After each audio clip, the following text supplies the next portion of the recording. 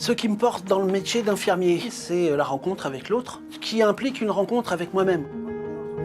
On dit souvent que c'est des gens qui ont une case en moins. Moi, je me dis que c'est des gens qui ont une case en plus. Le principe de Radio Pimpon, c'est de donner la parole à ceux qui ne l'ont pas, ou très peu, ou plus. Ils ont un endroit pour s'exprimer. Ils sont reconnus en tant que Patricia, Nathalie, Luc, et pas en tant que schizophrène, dépressif, hypochondriaque. Le Père Noël est-il une ordure? Oh que oui! C'est un échappatoire à la solitude, à l'enfermement, c'est une façon de s'évader. 2-3 essais de son. À Radio Pimpon, on se dit que des grilles, il y en a bien assez partout comme ça, donc il n'y a pas de grille de programme.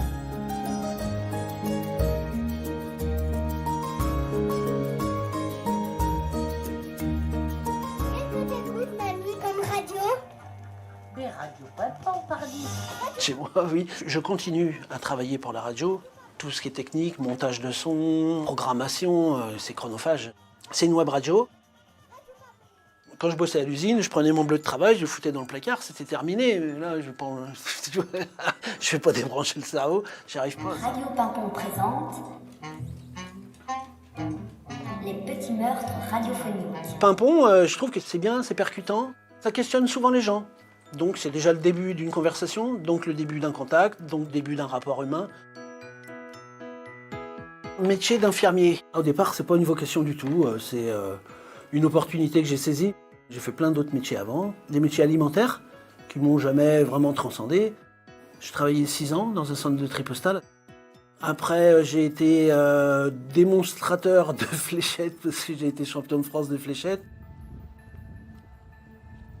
J'ai toujours eu horreur des hôpitaux, en fait. C'est un petit peu paradoxal. J'aime pas les piqûres, j'aime pas l'odeur qu'il y a dans l'hôpital, les antiseptiques, tous ces trucs-là. Ça m'oppresse toujours un peu. Salut mon bibi, ça va? Ça m'a servi par la suite parce que je comprends l'oppression des gens qui rentrent à l'hôpital.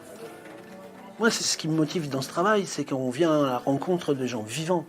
En souffrance, certes, mais profondément vivants. Tu veux que je te l'emmène ou ça ira? Le travail qu'on fait à la cafétéria, c'est recréer du lien social. Je suis beaucoup moins seul. Ouais. On reçoit des patients derrière le bar sur prescription médicale. C'est comme un passage entre le moment de crise de l'hôpital et la sortie à l'extérieur, qui est tellement angoissante pour la plupart. Ça fait partie du soin, mais c'est quelque chose d'intermédiaire qui me plaît bien. Et voilà, Radio Pimpon. Moi, j'ai fait de la radio, j'ai animé une émission de radio avec un collègue. On racontait beaucoup de bêtises, faut le dire. Ça nous faisait grand bien, comme des enfants, quoi. Quand je suis arrivé à la cafette, c'est mon collègue qui m'a dit « Mais tu sais, Eric, peut-être que la radio, ce serait bien d'en monter une à l'hôpital. » Sur le moment, je me suis dit « C'est irréalisable, c'est trop compliqué, ça va pas se faire, c'est pas possible. » Puis petit à petit, l'idée a germé. Ici, ça a été longtemps une espèce de débarras, un truc, un petit peu comme une oubliette, quoi. Symboliquement, c'est drôle, quoi. Je me suis accaparé sans rien trop demander à personne. C'est que de la récup, que de la récup. Les meubles sont en carton, on les a fait, et tout ça, ça a fait l'objet d'ateliers thérapeutiques avec les patients. Et c'est comme ça que la radio a vraiment commencé à prendre corps dans l'esprit des soignants, mais surtout des patients. En règle générale, ce sont des patients qui sont envoyés par des psychiatres de l'hôpital qui font une prescription médicale. Comme on peut prescrire tel ou tel médicament, tel ou tel neuroleptique, eh bien, un monsieur un tel a 2 heures de prescription de Radio Pimpon le lundi de 16h à 17h. Alors, Noël. Du coup, on a trouvé quelques autres petites idées. Donc vous partiriez sur l'idée de ça, des cadeaux empoisonnés un peu. Je pousse à rien, je propose. Après, ça vient ou ça vient pas. On sent envie, on sent exister, on est à notre place. On a cette impression qu'on nous laisse de la place pour une fois.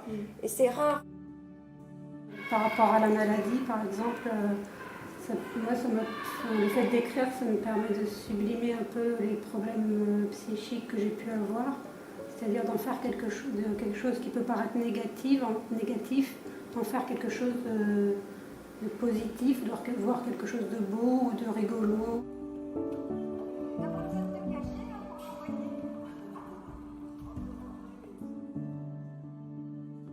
Donc là, vous allez enregistrer toutes les deux ce premier texte. Oui. Pour Noël, un ex m'avait offert, devinez quoi, un fer à repasser. Mon sang n'a fait qu'un tour. Ils ont un sens de l'autodérision hyper prononcé. Je crois que c'est un moyen aussi d'accepter la réalité qui est parfois assez sombre. J'espère que ça fera tomber les préjugés. L'autre objectif, c'est démystifier un peu la folie et casser un peu cette image véhiculée du fou dangereux, du psychopathe avec le couteau prêt à assassiner tout le monde. Bon, ça va comme tu veux? Ça va comme je veux, mais je suis un peu stressé. Ah oui, il faut pas. Ah non, Ça mais va non, se faut passer pas. comme Non, oui, d'habitude. oui. Vas-y, Allez. installe-toi.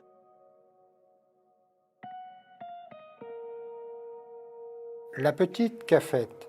Dans cette grande fourmilière, aujourd'hui, demain, hier, les patients vivent, déambulent. Au comptoir, on ne recule.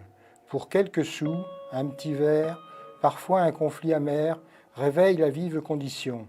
Toujours sous l'emprise, potion, mots de travers, à côté, toujours un peu empoté, la vie s'écoule tout de même, des couples de tourtereaux s'aiment.